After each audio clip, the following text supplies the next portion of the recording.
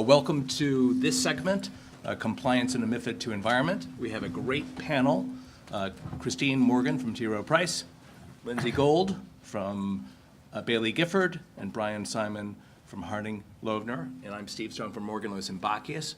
And we're talking about developments in the area of research. And this may be a first that a group of U.S. managers of U.S. funds and separate accounts is so clearly focused on a development to which they're probably not entirely directly subject to.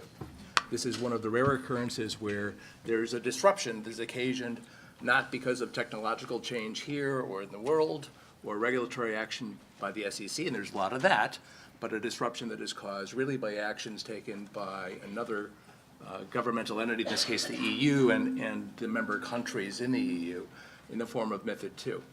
We're really going to be focusing on one aspect of MiFID II. There's a lot to it, and Lindsay will talk about some of that, but we're going to be talking about the research aspects. So maybe let's roll back the clocks. 1975, the SEC decides to initiate a process to deregulate fixed commissions. And that led to a series of studies about how is this going to affect the markets for commissions, how money managers get research, because when managers were paying fixed commissions with their client money, brokers provided research, and there was no big deal because there was no concern that a firm was paying a higher commission by virtue of research because there wasn't really the ability, with some nuances there, to go lower. But there was a concern as the SEC put into effect the elimination of fixed commissions that money managers would have to drive for the lowest possible commission.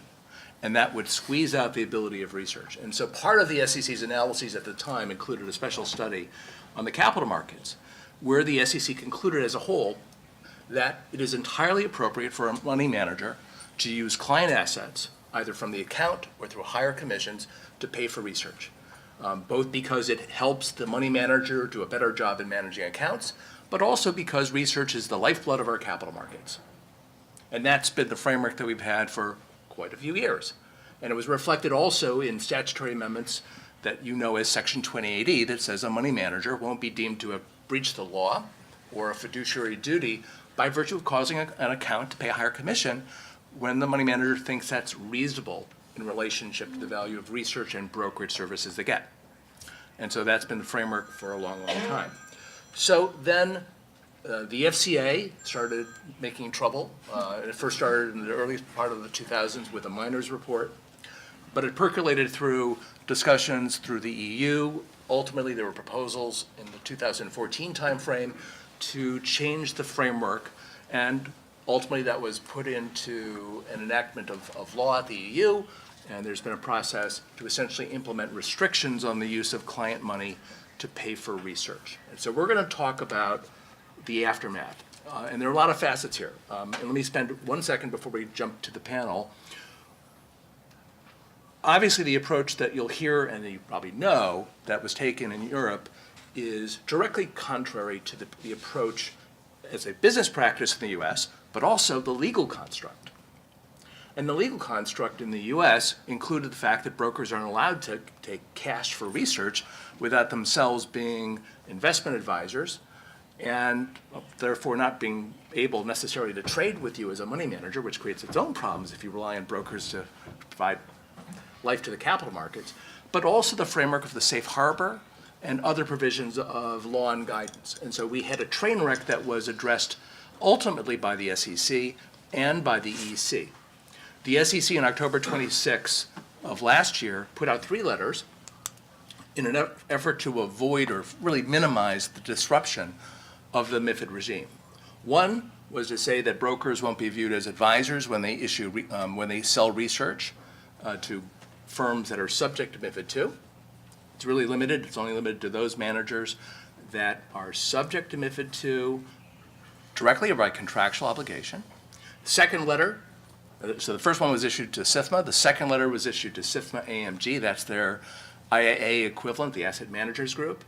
And that provided a no-action letter to the effect that firms that use, for example, a research payment account, and we'll talk about that,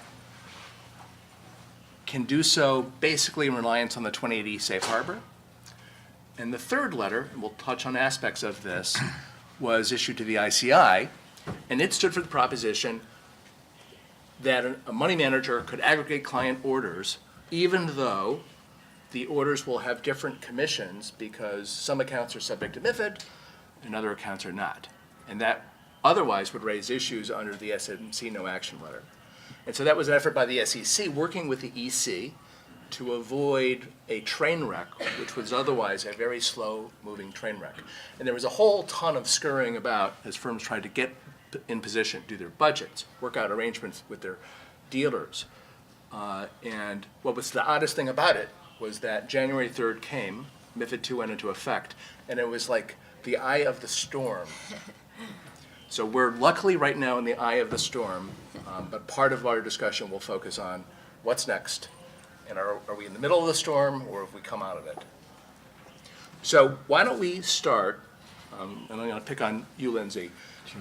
Tell us about MiFID II and what's the essence of the directive? Okay, so I'm going to step back a little bit and talk broadly in terms of some context. So on the basis my firm is based in Edinburgh, Scotland. We're part of the United Kingdom. And currently, we're part of Europe, but maybe not for much longer.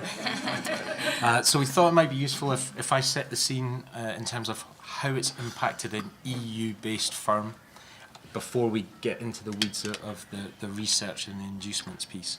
So if you can bear with me a little bit and indulge me, what is MiFID II? And I'll try and give you a few little flavours. So if you like your movies, everybody knows sequels are way more ambitious, expansive, and very confusing rather than the original. And same with European directives, okay? MiFID II is very, very complex, very confusing. And I've got a couple of stats that you'll see in your pack. 1.7, and I repeat, 1.7 million paragraphs were written in level 1 text, in regulated technical standards deemed level 2, and also in the guidance, which is level 3. So huge amounts, swathes written. There's also an estimate of 2.5 billion euros has been spent on compliance with that directive and in system enhancements. That's a significant budget. But it had to be more confusing and complex, I guess, because it's trying to fix, in the European angle, in their eyes, the ills and the problems that came with the global financial crash. So it's covering all aspects of EU markets. It's the biggest shake-up in European markets in a decade. The last MiFID I was November 2007, and I'm certainly old enough to remember that one. This one is a lot worse. So 3 core objectives, and I'll just touch on these if I may. They were looking to increase transparency, efficiency and competition across the markets. They were looking to increase investor protection, I guess restore confidence as well amongst investors. But they were looking to make European capital markets more resilient, and I pause for dramatic effect here, and competitive with the United States. Okay? So, what did it cover? And Steve was helpful saying, you know, it covered a lot of ground. We're going to focus on one main area, but you could probably put it into 3 buckets. The first one was market infrastructure and transparency. So there's loads of stuff in there, from transaction reporting to trade reporting to the tape. Best execution, the level of expectation is probably way more granular than it is in the States. And if you want to catch me after, I can explain what we've had to do in that context. But the other bucket is client-related and investor protection. And then the third and final one is governance and any internal organisation effects. So across the whole MiFID II programme, there was 35 different topics, whether it's algo trading through to, we were talking about costs and charges, product governance. It's absolutely huge, how you deal with your customers. But as a panel, we felt we wanted to focus on research and inducements because that's probably the most relevant and pertinent for global managers and possibly where there's some US touch points. So my final diatribe, and then we'll get into some Q&A. On research, if I can just set out what it means from a European manager perspective, and then we'll take it from there. So Probably one of the single biggest changes within the directive was the abolition or the inability to pay for research out of dealing client commissions and the need to unbundle those. So it's quite a big challenge. The EU aim was to separate the cost of research from the execution costs and to reduce conflicts. And they're really designed to get investment advisors to consider the research that they're consuming and being more discreet, I guess, on how they're consuming that and more discerning. So there's two ways you can do it. You can either pay hard dollars or you can pay through a research payment account or RPA. And we were chatting this morning. It's a little bit like a commission sharing arrangement, but on steroids, and you need to have a whole host of arrangements in place to deal with that. But you can do either. What it does bring in is price discovery, and you can have some very interesting negotiation discussions with the sell side. On that basis, it has been a very interesting process. Sell side usually, well, they're having to value that research. Previously, it was all bundled in. It was very opaque. You didn't know what it cost. Now you go in and say, well, I value this and this service. Not so sure about that. They usually start up here. We usually start down there, and you might meet somewhere in the middle. But there's one other thing to mention, and that's non-substantive research and anything that they deem minor non-monetary benefit. So if you have a macroeconomic piece, a generic piece, or non-substantive research, that's fine. You can consume that, and you don't have to separate that out. So there are a few challenges. How do you actually process payment to a US broker-dealer if you're having to split that cost out separately? Previously, that was causing issues for broker-dealers as they would be dragged in, kicking and screaming into investment advisor space. Global managers, different regimes, how can you deal with that? Regulatory arbitrage and competition issues. Those that aren't paying hard dollars for their research, where will that leave you on a competitive global marketplace in 1, 2, 3 years' time? And I was here speaking a couple of years ago, and I left a provocative statement, which was, how safe is your safe 28E safe harbour? And that is quite a provocative statement, and Steve did say it's set in the legislation and it's all completely acceptable to have bundled brokerage here in the States. But if the global marketplace is changing, what will the SEC do? I'll be interested to see how that 30-month review goes. So, basic concept is that you can't get, if you're a European money manager, you can't get free research from brokers unless it's a minor non-monetary benefit. Anything that you get that is free research is viewed as an impermissible inducement. We would call it a bribe, and it's not allowed. And so there's a lot of focus, as Lindsay was saying, on what is the value that you're paying. And so there are dicey questions in terms of, at what point negotiations start, what was the difference, the fine line between negotiation and inducement? What you think has been the experience of firms in dealing with the sell side and setting pricing? So far, Baillie Gifford as a house actually saw the direction of travel. The FCA, as Steve said, were quite vocal early on this, and probably drove a lot of the European direction on this particular topic. So we unbundled 2 years ago. So we've gone through 3 different iterations of that negotiation and the price discovery, and it's been quite interesting. Year 1, Steve, it was, what the hell are you doing? We don't know what you're talking about, go away and come back again.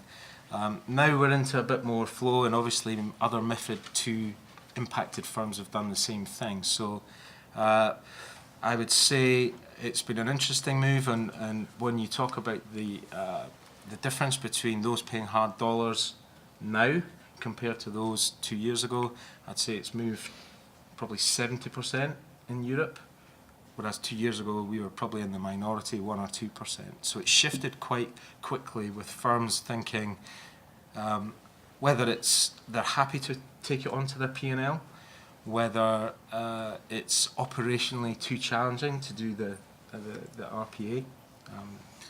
Who knows? So, Lindsay, are you seeing in some markets, say frontier brokers, who you approach for price discovery, and they say, "What is this MiFID thing?" Yeah. And sorry, or have you narrowed your broker list such that you're really dealing with the larger firms that know what's going on? Yeah. So there was a bit of both. I think on year one when we first did it, there were a handful of brokers that we couldn't come to an agreement with, and we decided to leave that. But the vast majority were keen to continue to do business.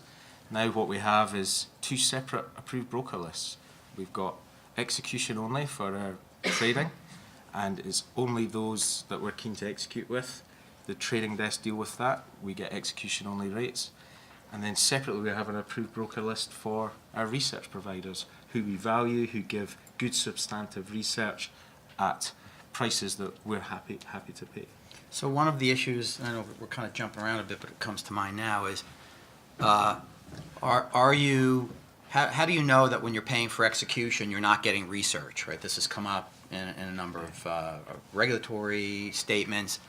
You know, execution's execution, but maybe it's subsidizing your research, particularly if you're paying for it out of your own resources. There's a conflict there. So what do you do?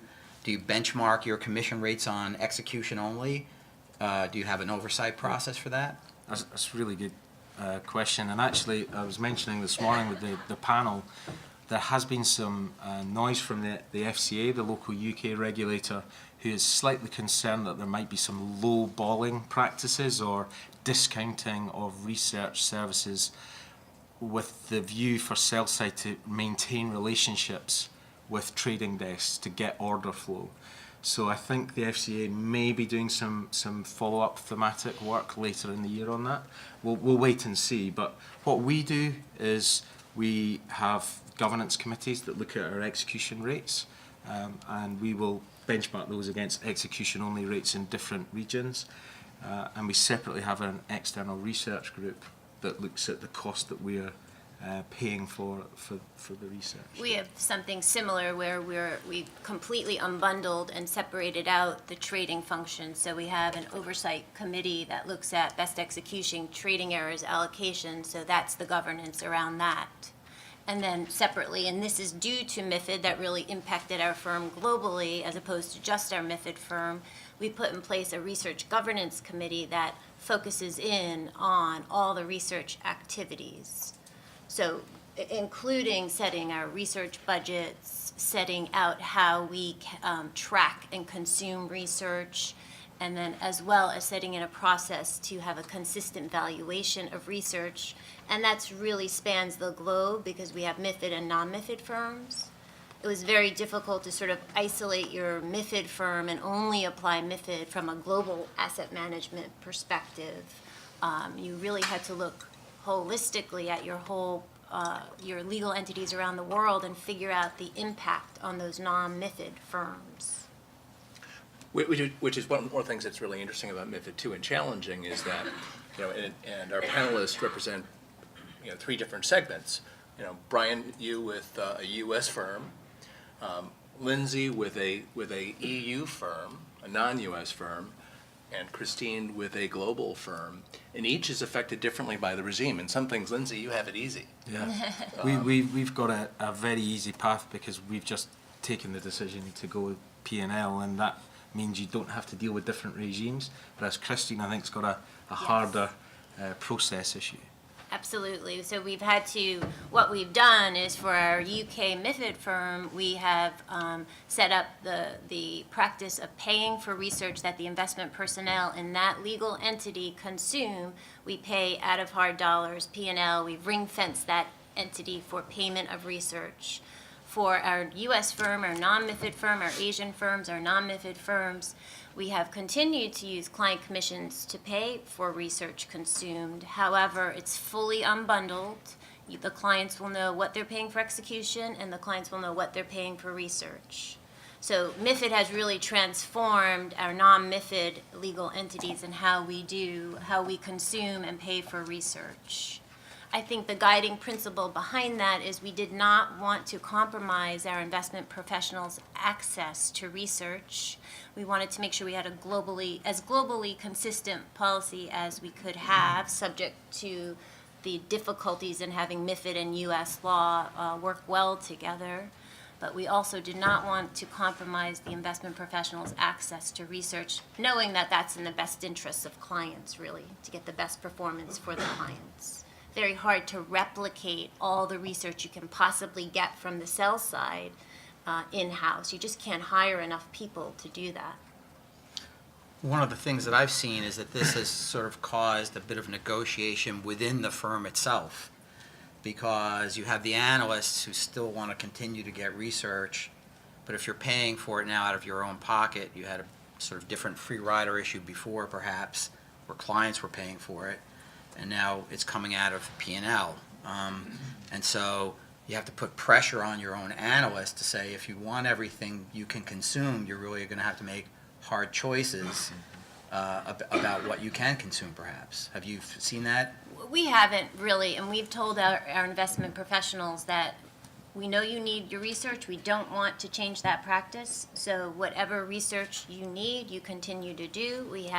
What we've done is put in place these research budgets where they each have their own dollar-based budget, and that was based off a very thorough top-down, bottom-up review of historical practices and needs for money to pay for research. So we really have not wanted to change our investment professionals' ways at all. Can we ask questions? So, Christine, you said you really haven't changed your research needs at all, and you're saying that next year you're taking a harder look at them. In-house, it's been referred to, it used to be a buffet, all you can eat Right. kind of environment, and now you gotta pay a la carte. Wouldn't that in and of itself necessarily reduce the research being received? We don't have a lot of data yet, but my sense is this real substantive research that the investment professionals need will not change. There's a lot of noise we've always heard. We couldn't stop the sell side from delivering information. We really didn't even want to. We tried to cut it off. Our investment professionals would get mad about it. So my sense is the delivery of research will be a more substantive, better, more useful to our investment staff. But we haven't changed any practice. If somebody wants research from a third-party provider, we have negotiated an agreement with them to get that research. And we have built, like the old broker voting process, a system, a quarterly process of valuing what that's worth and then paying. And really, it's just the paying practices that are different. So there's a lot more governance and infrastructure for sure. And just to fill in, you also have a situation where there's some brokers that will give you all you can eat, but it's typically for some types of product like fixed income. And it's a baseline for certain products, but you do find a huge diversity in the marketplace in terms of the economic relationships that are unfolding, and it remains seen as to how the regulators are going to look at it when they come and peer over our shoulders. Well, interesting, I'm sorry, anecdote there is, well, it's interesting they asked me to speak on the panel because we're not subject to MiFID, but we've been sort of looking at it and trying to act as if we are for a long time, in fact. But we had a broker who we were talking about, what's the price? And they said it's, $50,000 for the lights on. And we came back and said, we'll pay you nothing, execution only. And they said, okay, we'll keep the lights on. So there's still, I think, you've been doing it for 2 years, but probably for a lot of people here, either you haven't done it yet because, like us, you're not subject to MiFID, or it's been a shorter time frame. And there's, I think, going to be a lot of compression in that price over the next year or so still. The other thing we did, Nancy, to Steve's point, we put in place platform arrangements. So we pay an annual subscription to cover off sort of the easier standard written research reports, calls with sell-side analysts, the basics. And then so beyond that is the whole valuation voting process to try to keep maximum benefits open. So we have a couple of questions Yeah, here. I had two complexities. The U.S. moved away from fixed commissions in 1975, but there are many markets around the world that did not. Right. So when you are paying a fixed commission mandated by the market that used to include research, and now it can't under MiFID, do you just pay twice, once through the fixed commission and once through our dollars? So that's question number one. And number two, if you do what you're suggesting and look at your budget and cut it by 30-40% because they don't need that anymore, what implications does that have for the 2080 analysis you did last year, where you said those were reasonable amounts to pay? It's interesting. So one of the statistics that I shared with the panel, so early information coming out of Europe, there was a report done by Greenwich Associates, and they were looking across Europe on the amount of budgeted research for 2018. And how wide a research they did, I don't know, but they said it was going to be a reduction of research by 20% on average. 30% reduction in Europe, about 10-11% in the UK with an average. So you can see the direction of travel. To Christine's comment, I think there probably was a lot of research that wasn't that valuable, it was very generic. I think people will be more discerning and when they're valuing it themselves and paying hard dollars. But the actual implications, I don't think we'll see play out yet. This is only third month. Whether there will be an impact on overall sell-side research spend, whether there'll be an impact on performance. We were saying how you ever even see that and be able to see that's the reason for the change in dial. So there's a lot to go under the bridge. This is very early days, but some interesting stats in it. But I think it's also, as is often the case, about process. If you had a good process before and you have a good process now and you see a decline in research that's attributable to price transparency that you have, that's a good thing, or the cost of research. If you didn't have a good process before, it might highlight that, right? So I think a lot of it is about the process. I think in answer to your first question, I think that a strict reading would be to say that in a fixed price commission, you still can't get research, you still have to pay for it. And it's based upon a strict reading of fiduciary obligations that you should just get paid by your client, not get any benefit by virtue of your client dealings.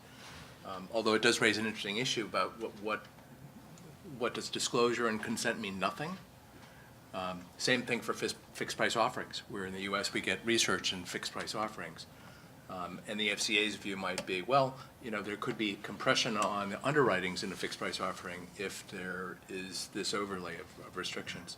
We had a question back here that we're going to kind of roll back to the... Yes, thank you. I'm sorry, this question is more for Christine.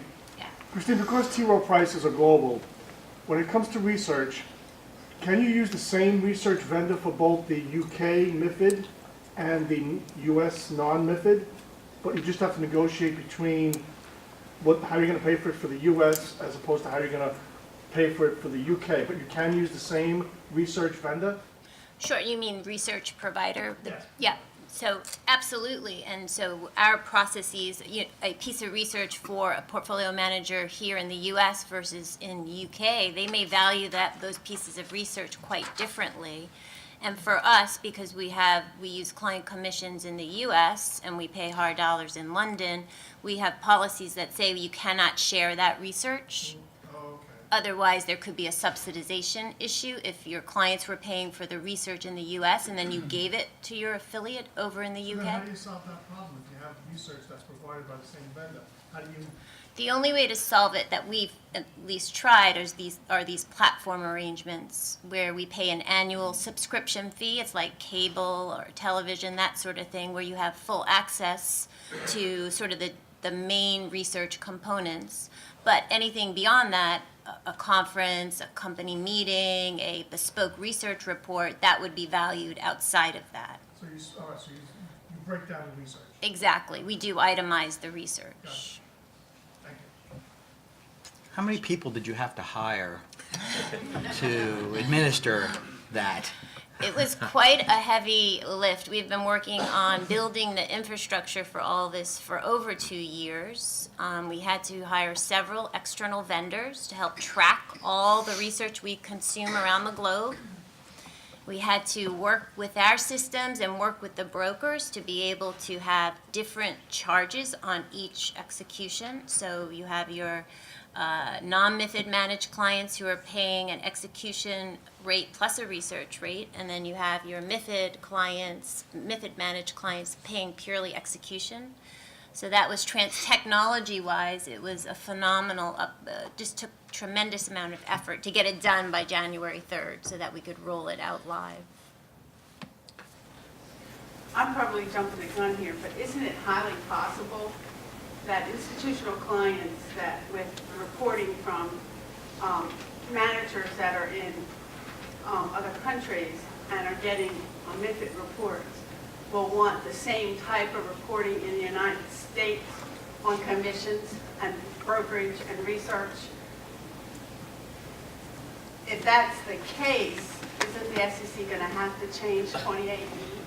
Aren't they going to be forced to change 28E? That's a good You question. have, I mean, a lot of institutional clients that are going to see what they're getting for research or what they're paying for research in the UK and other countries, but they're not seeing that on the US side. Yeah, so that was to my point. It was a little bit provocative, but 2080 has stood the test of time. But as you see in a lot of regulations, regulators are now looking at old rules and saying, are they still applicable? And if you have a large swathe of a global industry moving in a slightly different direction, there may be additional pressure, which could actually come from clients themselves, as to your point, that says, well, I can get this elsewhere, Right. so I quite like this here as well. So I don't know, and there may be another way of skinning that cat, but I could see that coming. I mean, 28 is statute. I know. Congress is probably not going to change that. The SEC is not going to recommend that it be changed, is probably the current view, but that doesn't prevent the market from moving. We all hear the voice of the customer. I mean, you know, if the client, this is what the client wants. Well, for us, we actually, and even prior to MiFID, clients in the US would ask us for that reporting. We would give them the equivalent to what is in Europe, the level 2 report, which shows the split. Yeah. And so now that was based on estimates. Now they'll actually see exactly what they're paying for execution versus research. So it could push them to say, we don't want to pay for that. Right. Absolutely. Let's take David's question and then just kind of bring it back to kind of the regulatory implications. Christine, that was going to be my question. So unbundled in the U.S. for non-MiFID firms, you've got these sophisticated clients. They're going to see the actual cost of execution and research. Do you expect them to cut back on research once they see the cost? So at least from our perspective and our discussions with clients, we have to remind them of how it really works in the U.S., that historically they have been paying for this. Many of those clients have forgotten that, number one. And then number two, the important point that Steve raised, that brokers can't take a hard dollar check.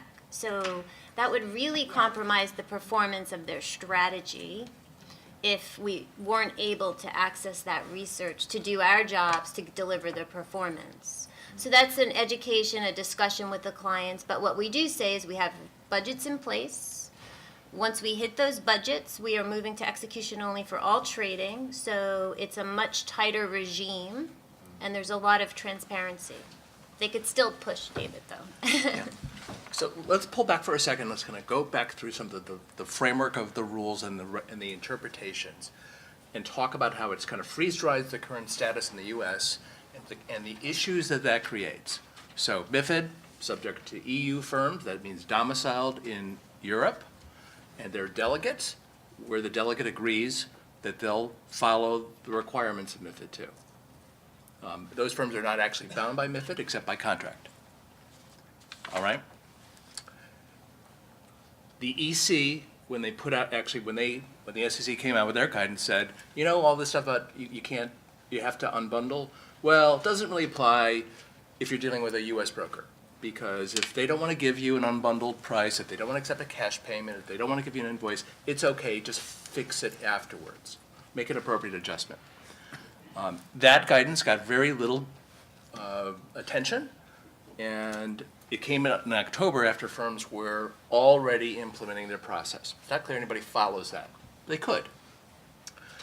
The FCA also said, if you're an EU manager and you delegate to a non-EU manager, maybe the non-EU manager doesn't want to comply with MiFID II, and you don't have to stick it to them to require that they comply with MiFID II, so long as that firm provides substantially equivalent protection.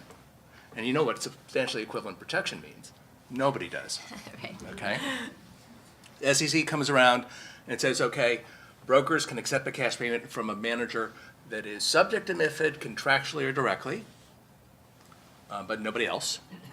The SEC says you can aggregate orders for all different accounts where they get paid the same commission with the sole exception of a different commission because of accounts that are driven by orders of managers subject to MiFID directly or by contractual obligation, but not more broadly.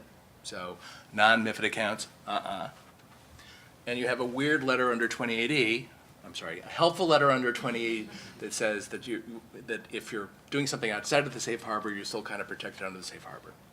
So essentially the SEC their efforts were helpful in preventing disruption, and that is, for example, brokerage firms saying, can't give you research, sorry.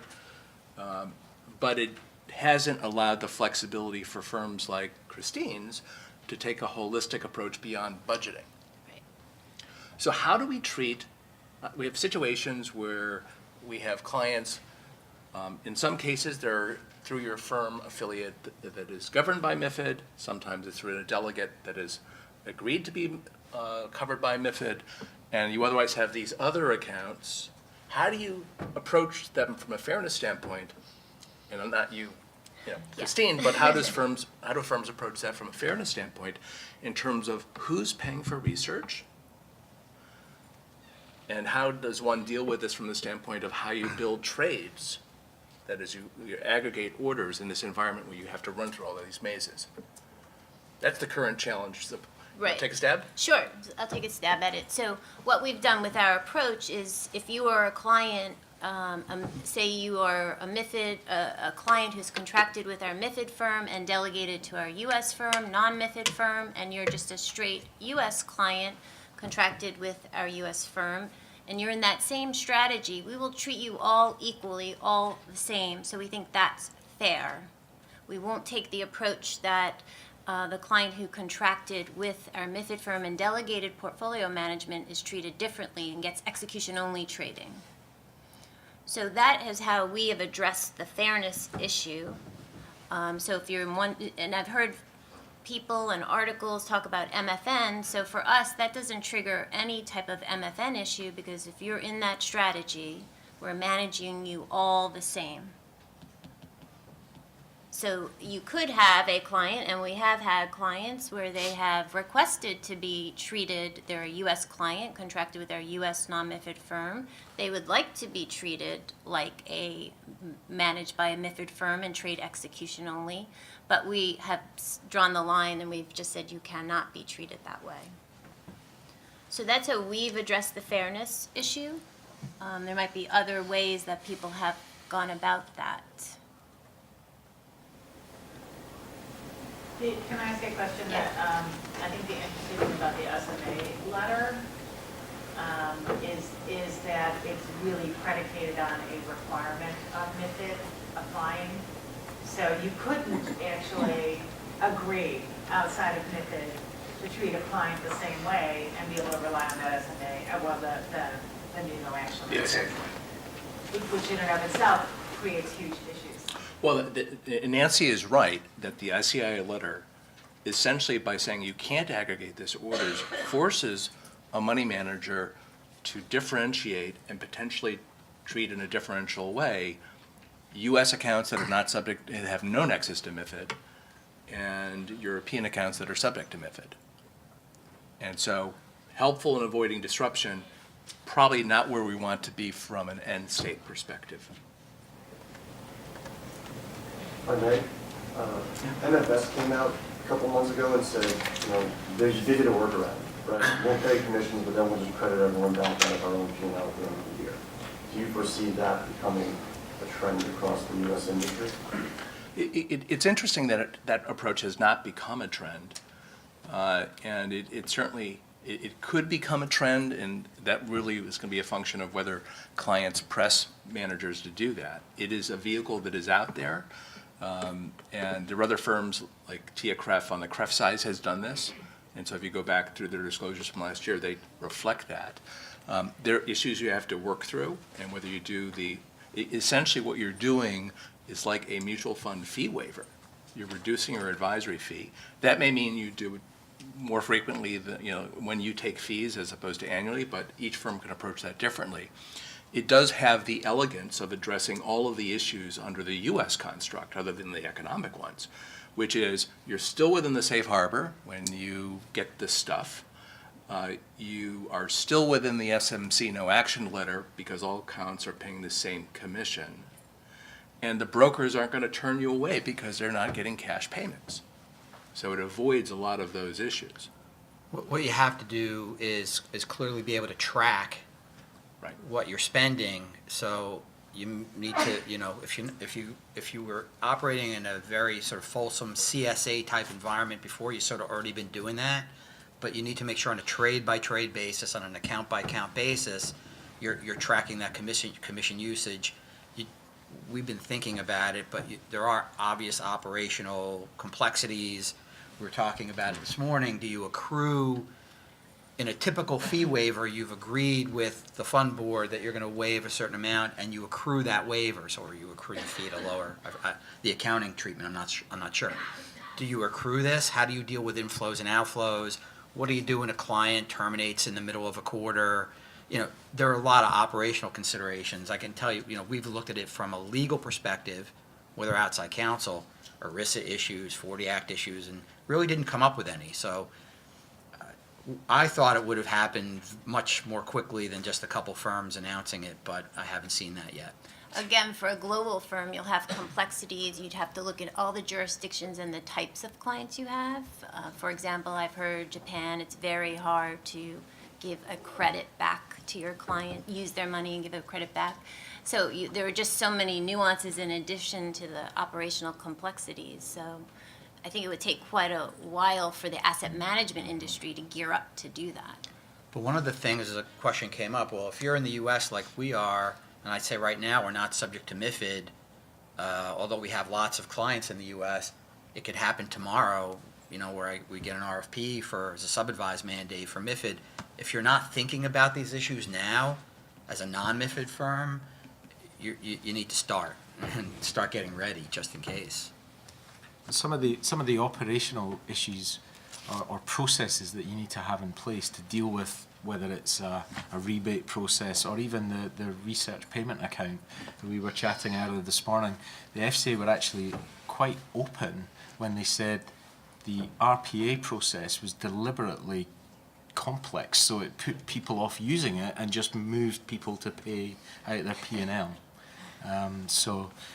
It is quite an operation that you've got to liaise with your clients. You've got to agree with each client what research that they're willing to pay, have that budget, have it agreed, regularly review with them, report back to them, and if there's a surplus, then rebate that back. So it's quite onerous. There was a lot of interest when MiFID was adopted, before it went into effect, about essentially creating global RPAs, like a CCA.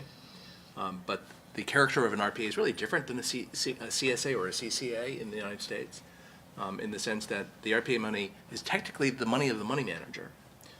It has to be bankruptcy remote from the broker-dealer. And that's an important difference because here in the United States, that's client money. And it's not owned by the investment advisor. And there was also a difference in cross-subsidization concepts of how you apply the money. And so the holy grail of having a unified RPA, CCA, so that MiFID II really wouldn't have the impact, never came to result. There's also custody issues that couldn't be worked out. And so as a result, the adoption of RPAs really has not been significant insofar as we've been able to tell. So it means that managers are increasingly on the hook.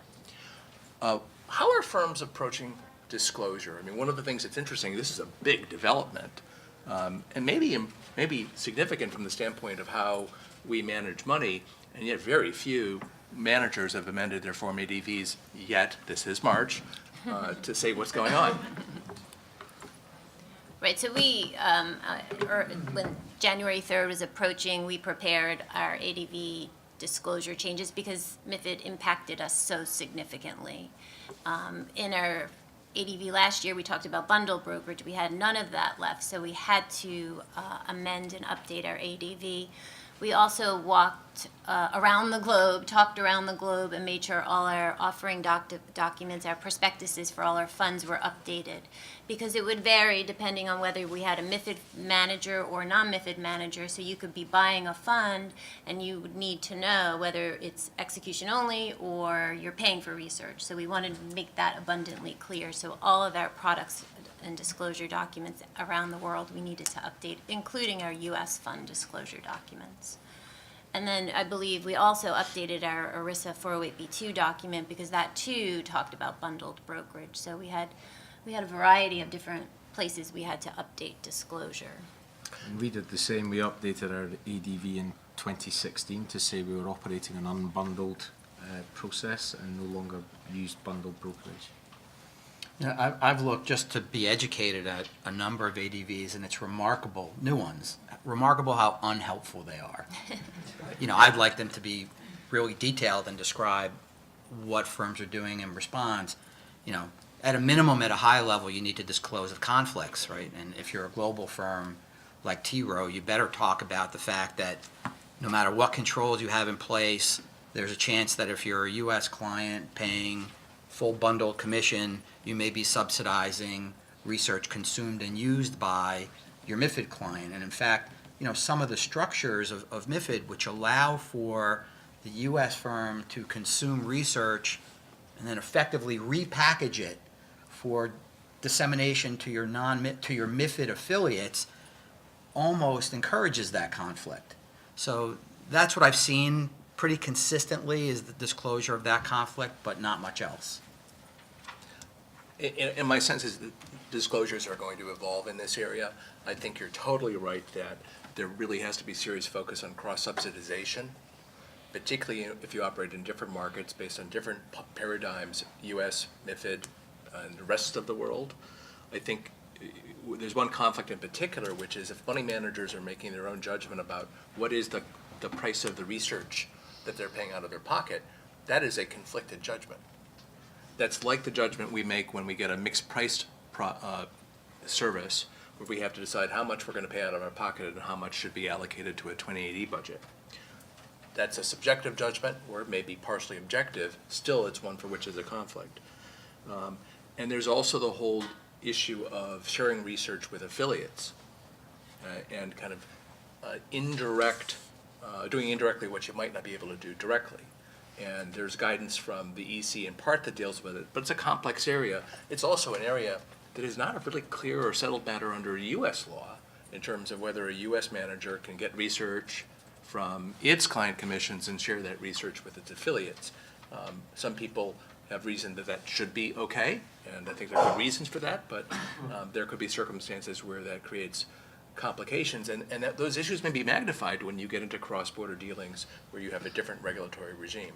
So that's one area where I think we'll all be interested in monitoring developments of disclosure as people feel their way through this process. So why don't we turn to maybe a question for everybody, which is, so what's next?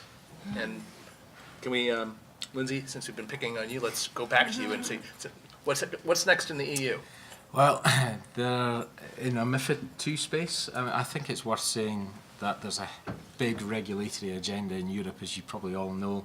A confluence of change is just remarkable, and we're almost tripping over the number of directives that are coming in, so we've got more to come. But MiFID II is not once and done, and I think what you see is 2018 is still a big implementation period. There's still a number of things from MiFID II that are still to come in drip-fed during the year.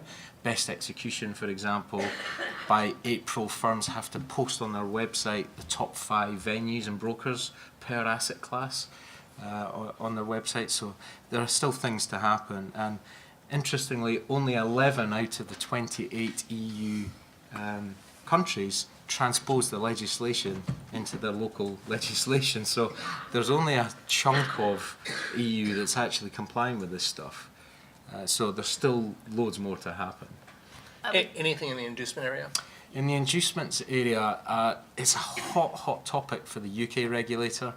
I can't tell you the the conflicts reviews that have been done on a thematic or suite basis has been quite substantial. Gifts and entertainment, so the research is one inducement that they're trying to deal with through this unbundling, but they are hot on gifts and entertainment. Standalone hospitality is just a no-no, and we've had to split our inducement policy for that's deemed MiFID. If you have a MiFID firm, which is a firm that provides portfolio advice to underlying clients from an UK or EU perspective, they can't accept anything other than a minor non-monetary benefit, which might be a glass of water, a cup of coffee over a business meeting. There's no standalone hospitality allowed. Separate for your clients, so if you've got segregated clients in the US, they're not MiFID firms, and you can still have reasonable gifts and entertainment, but there's been quite a shift in that space too. I would suspect, Steve, as well, that the FCA will start auditing firms once there's enough of data out there, maybe third quarter this year, fourth quarter, something to that effect. They, as everyone knows, have been the ones really pushing the unbundling and having firms pay with their own P&L for research. So I presume they'll be looking at your execution costs to make sure there are no hidden research charges in if you're fully execution only for your clients, and other things. They'll look for research agreements. They've come out and said you should have research agreements in place. They'll look for how you're valuing the research. And I imagine it will be a sweep across the board. I think it's inevitable. Yeah. Inevitable. The FCA came out in, I think it was December or November, and wagged its finger at 17 firms saying, are you not paying attention on this? We really mean it. What about in the US? Brian, you want to chime in? A couple things. I said we've been focusing on this and focusing on the use of client commissions for a long time. If you haven't been doing that, sort of being a la carte, all you could eat, you really need to impose a discipline within your firm. I think the pressure is going to come more from clients than from regulators. I think for a firm like us that does business in Europe and with large pensions, I'm surprised we haven't seen it yet. But I think taking on research as part of P&L is inevitable. And what that means for the larger, capital markets and the investment, the industry and smaller firms, quality of research, I think that remains to be seen. On the regulatory front, I think you're going to continue to have the regulators talking to one another. That is the EC, including the EC representative here in Washington, the SEC and the FCA. There will be a push on the part of the SEC to figure out the way forward before the 30-month period that was set forth in the dealer letter, giving them a reprieve from being investment advisors, because this is a fundamental change. It's entirely possible that some may raise the question that I think you raised about 2080 and should that go away. I'm not sure in this environment you're going to have hearings on the Hill. It could happen. There could be a way for the SEC to interpret 2080 as in a way to fit and align with MiFID II. In 2001, the SEC said, that definition of the term commission that we used to say only covers agency transactions, it covers any transaction so long as the manager has enough transparency as to the real cost. And they can use that as a lever to say, we want to eliminate the obstacles for that transparency so the money manager can decide, just like in Europe, that what's being expended is reasonable, and be agnostic as to whether the client pays or the manager pays. That's a commercial matter. But there's a clear agenda that the SEC has to address in the near term, probably well in advance of 30 months. And for the SEC to really do anything formally, for those of you who, as you know, if you've worked at the SEC, it takes years. And it's entirely possible that even if there's going to be a rulemaking as a result of that they can't get that done within 30 months. So. Can I ask you, I know that Bank of America actually registered a separate unit within their broker-dealer as an investment manager so that they could take payments, and I was expecting to see everybody else come in and kind of do that. That's a great question. There are some firms that have decided and announced that they're going to move their research business in their investment advisor.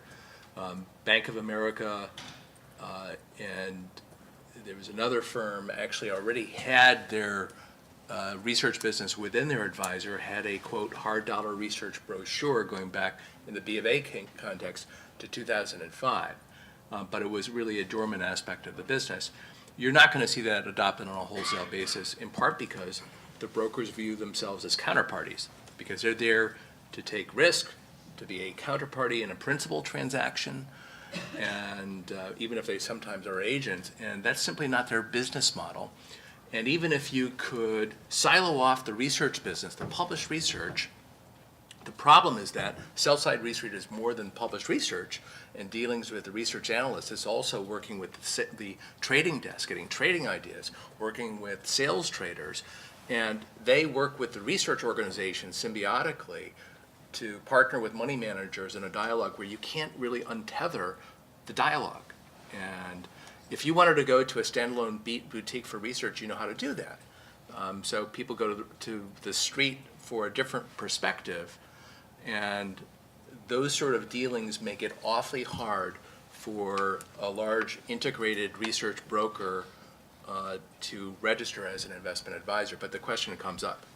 So what do you think is the likely thing that's going to happen in 30 months? I mean, either somebody's going to have to register as an advisor, or we're going to have relief from the SEC along the lines that you suggested, because otherwise it all goes poof in 30 months. Yeah, you know, whether it's a congressional change, which probably is not likely, exemptive relief, individual exemptions, a rule, a no action letter, staff or commission reinterpretation of special compensation, that's the hook that brings brokers into the Advisors Act. There's a lot of venues or avenues for the SEC to address this. The question is finding the right balance. And for their purpose of making sure that their effort in that regard isn't too sweeping, particularly as they wouldn't want anything to kind of bleed into the retail zone. That's what I see, Nancy, a battle of whether asset managers figure out how to reimburse clients or brokers restructure, reorganize, and have a whole new way to provide research. Neither one is a good result, because I just can't see Congress or the regulators getting that done. And it's worth I know that's So it's going to be a big challenge. and it's worth noting that's now 27.5 months. correct, yeah. So Scary thought.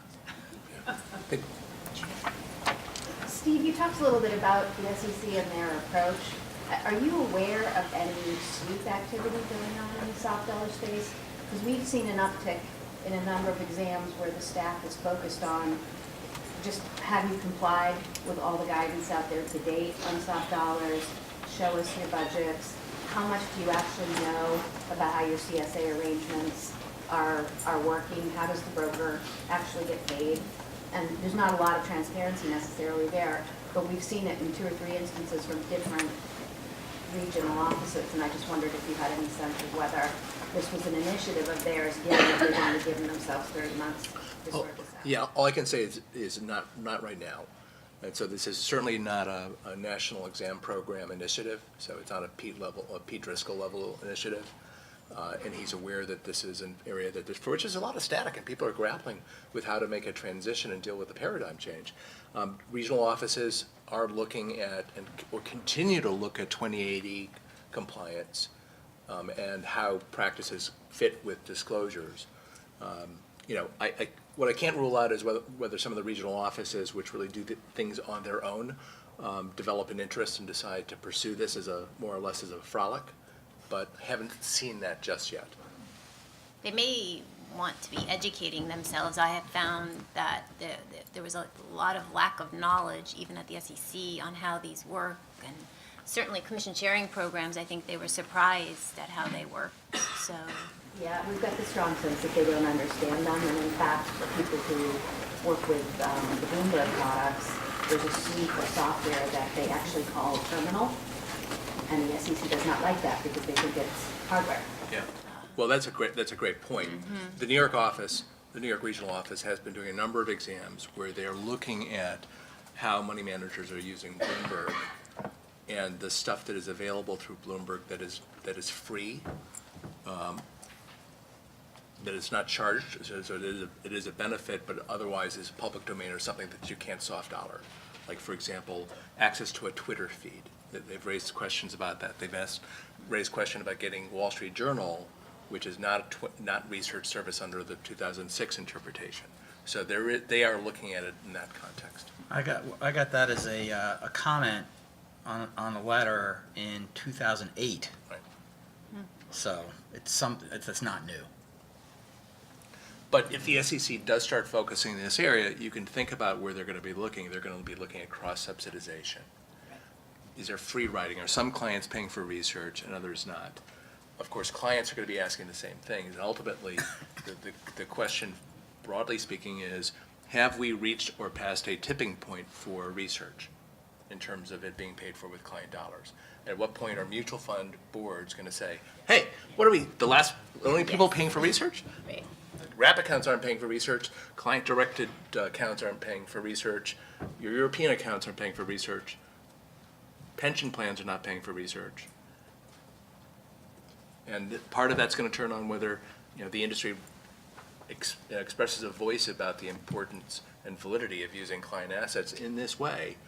And there is a decent argument that with proper controls, like those that are being developed in Europe, where there's a budgeting process and transparency and reporting, that is legitimate. And so that the only thing that should be really done is make it so that broker-dealers can tell you what their price is for research without worrying about being an advisor, and can get paid in cash, for example, if you go beyond your budget. So I think we are at time. Thank you for joining us for this hour.